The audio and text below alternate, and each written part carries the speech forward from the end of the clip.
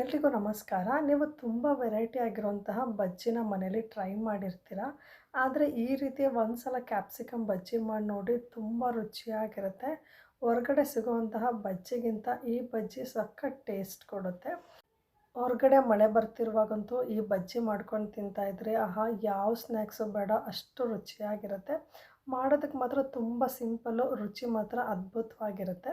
ಈ ಕ್ಯಾಪ್ಸಿಕಮ್ ಬಜ್ಜಿ ಮಾಡ್ಕೊಳ್ಳೋದಕ್ಕೆ ನಾನು ಇಲ್ಲಿ ಚಿಕ್ಕ ಚಿಕ್ಕದಾಗಿರೋ ಕ್ಯಾಪ್ಸಿಕಮ್ನ ಒಂದು ಅರ್ಧ ಕೆಜಿ ತೊಗೊಂಡಿದ್ದೀನಿ. ನೋಡಿ, ನೀವು ಇನ್ನೂ ದೊಡ್ಡದು ಕ್ಯಾಪ್ಸಿಕಮ್ ಬೇಕಿದ್ರೂ ತೊಗೊಳ್ಬೋದು. ಇಷ್ಟೇ ಸೈಜಿನ ತೊಗೊಂಡ್ರೆ ಇದು ಎಣ್ಣೆಲಿ ಕರೆದ್ಮೇಲೆ ಇನ್ನೂ ದೊಡ್ಡದಾಗುತ್ತೆ. ಹಾಗಾಗಿ ಸ್ವಲ್ಪ ಚಿಕ್ಕದಾಗಿರೋಂತಹ ಕ್ಯಾಪ್ಸಿಕಮ್ನ ತೊಗೊಂಡಿದ್ದೀನಿ. ಈ ರೀತಿ ಮಧ್ಯ ಕಟ್ ಮಾಡ್ಕೊಳ್ಳಿ, ಇಲ್ಲಾಂದರೆ ಎಣ್ಣೆಗೆ ಹಾಕಿದಾಗ ಸಿಡಿಯೋ ಚಾನ್ಸ್ ಇರುತ್ತೆ. ಎಲ್ಲ ಕ್ಯಾಪ್ಸಿಕಮ್ನ ಉಪ್ಪಾಕಿ ನೀಟಾಗಿ ತೊಳ್ಕೊಂಡು ಈ ರೀತಿ ಮಧ್ಯ ನೋಡಿ ಚಾಕುವಿನಿಂದ ಈ ರೀತಿ ಕಟ್ ಮಾಡಿಕೊಂಡು ತೊಗೊಂಡಿದ್ದೀನಿ.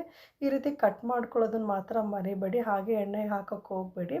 ಎಲ್ಲ ಕ್ಯಾಪ್ಸಿಕಮ್ನು ಈ ರೀತಿ ಕಟ್ ಮಾಡಿಕೊಂಡು ರೆಡಿ ಮಾಡಿ ಇಟ್ಕೊಂಡು ಇದಕ್ಕೆ ಹಿಟ್ಟನ್ನು ರೆಡಿ ಮಾಡ್ಕೊಳ್ತಿದ್ದೀನಿ. ಹಿಟ್ಟಿಗೆ 3 ಬಟ್ಲಷ್ಟು ಕಡಲೆ ಹಿಟ್ಟನ್ನು ತೊಗೊಂಡಿದ್ದೀನಿ. ಇಲ್ಲಿ ಕಿಟಕಿಯಲ್ಲಿ ಬೆಳಕು ಜಾಸ್ತಿ ಬರೋದ್ರಿಂದ ಸ್ವಲ್ಪ ಇಂಗ್ರೀಡಿಯೆಂಟ್ಸ್ ತೋರಿಸಿದಾಗ ನೆರಳಾಗ್ತಿದೆ, ಹಾಗಾಗಿ ನಾನು ಅಕ್ಷರದಲ್ಲಿ ತೋರಿಸ್ತಾ ಇದ್ದೀನಿ ಏನೇನು ಇಂಗ್ರೀಡಿಯೆಂಟ್ ಹಾಕಿದ್ದೀನಿ ಅಂತ. ಒಂದು 3 ಬಟ್ಲು ಕಡಲೆ ಹಿಟ್ಟು ತೊಗೊಂಡಿದ್ದೀನಿ. ರುಚಿಗೆ ತಕ್ಕಷ್ಟು ಉಪ್ಪನ್ನು ತೊಗೊಂಡಿದ್ದೀನಿ. ಒಂದು 1/4 ಸ್ಪೂನಷ್ಟು ಅಡುಗೆ ಸೋಡಾ ತೊಗೊಂಡಿದ್ದೀನಿ. ಒಂದು 1/4 ಸ್ಪೂನಷ್ಟು ಇಂಗು, ಜೊತೆಗೆ ಒಂದು ಅರ್ಧ ಸ್ಪೂನಷ್ಟು ಓವಿನ ಕಾಳು, ಸ್ವಲ್ಪ ಜೀರಿಗೆ ಹಾಕ್ಕೊಂಡು 1 ಗ್ಲಾಸ್ ನೀರು ಹಾಕ್ಕೊಂಡು ಕಲಿಸ್ಕೊಳ್ತಿದ್ದೀನಿ. ನೀರು ಹಾಕಬೇಕಾದ್ರೆ ಸ್ವಲ್ಪ ಹುಷಾರಾಗಿ ಹಾಕ್ಕೊಳ್ಳಿ, ಸ್ವಲ್ಪನೇ ನೀರು ಹಾಕ್ಕೊಂಡು ಕಲಿಸ್ಕೊಳ್ಳಿ. ನಾನು ಇಲ್ಲಿ 3 ಬಟ್ಲು ಕಡಲೆ ಹಿಟ್ಟಿಗೆ ಚಿಕ್ಕ ಗ್ಲಾಸಲ್ಲಿ 1 ಗ್ಲಾಸ್ ನೀರು ಹಾಕಿ ನೀಟಾಗಿ ಕಲಿಸ್ಕೊಳ್ತಿದ್ದೀನಿ. ಬೇಕಾದರೆ ಮತ್ತೊಂದು ಸ್ವಲ್ಪ ನೀರು ಹಾಕ್ಕೊಳ್ಳಿ, ಆದರೆ ಹಿಟ್ಟು ಗಟ್ಟಿಯಾಗಿರಬೇಕು. ನೀವು ಮಾಮೂಲಿ ಬಜ್ಜಿ ಮಾಡೋಕ್ಕಿಂತ ಈ ಹೋಲ್ ಕ್ಯಾಪ್ಸಿಕಮ್ ಬಜ್ಜಿ ಹಿಟ್ಟಿಗೆ ಸ್ವಲ್ಪ ಹಿಟ್ಟು ಗಟ್ಟಿಯಾಗಿರಬೇಕು. 1 ಸೌಟಷ್ಟು ಎಣ್ಣೆನ ಚೆನ್ನಾಗಿ ಬಿಸಿ ಮಾಡಿಕೊಂಡು ಹಾಕ್ಕೊಂಡಿದ್ದೀನಿ. ಈಗ ಎಣ್ಣೆನ ಬಿಸಿ ಮಾಡಿಕೊಂಡು ಹಾಕ್ಕೊಳ್ಳೋದ್ರಿಂದ ಗರಿಯಾಗಿ ಬರುತ್ತೆ. ಈಗ ಹಿಟ್ಟನ್ನು ಕಲಸಿಟ್ಕೊಂಡಾಗಿದೆ. ಕ್ಯಾಪ್ಸಿಕಮ್ನು ಕಟ್ ಮಾಡಿ ಇಟ್ಕೊಂಡಿದ್ದೀನಿ. ನೋಡಿ, ಈ ರೀತಿ ಕ್ಯಾಪ್ಸಿಕಮ್ನ ಹಿಟ್ಟಲ್ಲಿ ಚೆನ್ನಾಗಿ ಮುಳುಗಿಸ್ಬೇಕು.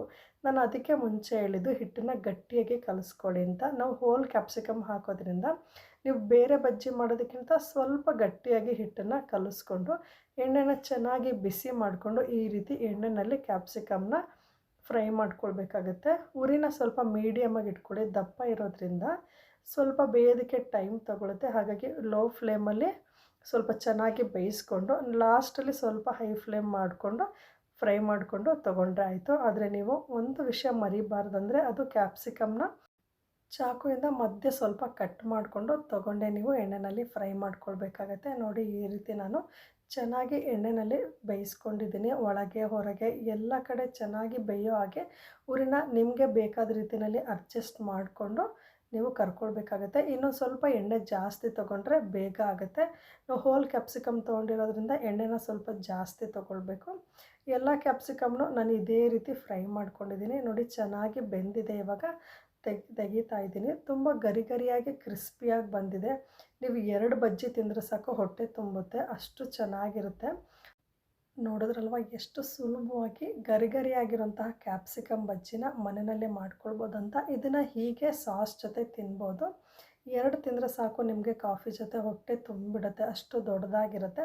ಇಲ್ಲಾಂದರೆ ಇದನ್ನು ಮಧ್ಯಕ್ಕೆ ಕಟ್ ಮಾಡಿಕೊಂಡು ಕ್ಯಾರೆಟನ್ನು ತುರ್ಕೊಂಡು ಈರುಳ್ಳಿ ಟೊಮೊಟೊನ ಸಣ್ಣದಾಗಿ ಹೆಚ್ಕೊಂಡು ಮೇಲೆ ಉದುರಿಸ್ಕೊಂಡು ಸಹ ತಿನ್ಬೋದು. ಆ ಥರ ಇಷ್ಟ ಇಲ್ಲ ಅನ್ನೋರು ಇದೇ ರೀತಿ ಇಡೀ ಕ್ಯಾಪ್ಸಿಕಮ್ ಬಜ್ಜಿನ ಸಾಸಲ್ಲಿ ಎತ್ಕೊಂಡು ಬೇಕಿದ್ರೆ ತಿನ್ಬೋದು. ನೋಡಿ, ಈ ರೀತಿ ಕಟ್ ಮಾಡಿಕೊಂಡು ಇದಕ್ಕೆ ಮೇಲೆ ಕ್ಯಾರೆಟ್ ತುರಿದಾಕಿ, ಈರುಳ್ಳಿ ಸಣ್ಣದಾಗಿ ಹೆಚ್ಚಾಕಿ, ಟೊಮೊಟೊ, ಸ್ವಲ್ಪ ಚಿಲ್ಲಿ ಪೌಡ್ರ್ ಹಾಕ್ಕೊಂಡು ಸಾಸಲ್ಲಿ ಎತ್ಕೊಂಡು ತಿಂದರೆ ತುಂಬಾ ಚೆನ್ನಾಗಿರುತ್ತೆ. ಈ ರೆಸಿಪಿ ನಿಮಗೆ ಇಷ್ಟ ಆಗಿದ್ದರೆ ವಿಡಿಯೋನ ಲೈಕ್ ಮಾಡಿ, ಶೇರ್ ಮಾಡಿ. ಮತ್ತೊಂದು ಹೊಸ ರೆಸಿಪಿಯೊಂದಿಗೆ ಮುಂದಿನ ವಿಡಿಯೋದಲ್ಲಿ ಭೇಟಿ ಆಗ್ತೀನಿ. ಧನ್ಯವಾದಗಳು.